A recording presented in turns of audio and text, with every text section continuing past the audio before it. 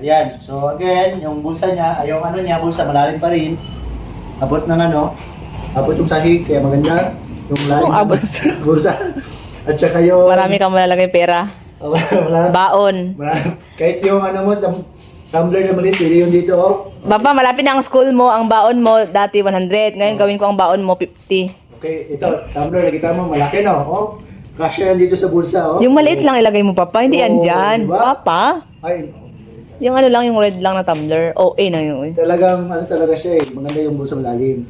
Tapos yung, ano niya, oh. Garter ang likod niya, di ba? Ano niya, no? Yung sa pantalon niya may garter. Di ba ayahay, Ito, Papa? ano, eh. Isang tao pa dyan, oh. Oh, isang Pa, try mo na mag-upo. tao. Isang tao pa. Pa, try mo mag-upo. Ha? Try mo mag-upo. Try mo po? Kung komportable ka. Mm. Hindi masikip sa ano mo? Di ba? Di ba? Kasi masigit, maganda siya, oh. Di ba? Relax, maganda. Kasi nga garter ang likod. Maganda yung feeling na ano ba, hindi yung fit siya na pag mag-upo ka, masigit dito. Kasi yun ang hindi garter. Tapos kakain ka nga ng marami, tapos maganyan ka, oh, masigit na itong advantage. Ano may garter, no? At kumain ka ng marami, wala problema, di ba? Lalaking tiyan mo. Problema yan kasi lalaki yung stretchable yung pantalon mo eh, di ba? So ito yung uniform namin sa Tuesday and Thursday. Okay, next.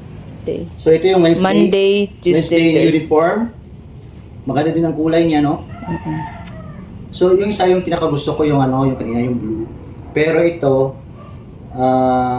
mas gusto ko rin yung mga light color kasi alam mo naman pag mag light color, pag may init, hindi nag-absorb ng init ba? Hindi siya mainit sa katawan. Kasi pag dark color yung ano mo, yung suit mo, nag-absorb ng heat yun, kaya na mainit sa katawan.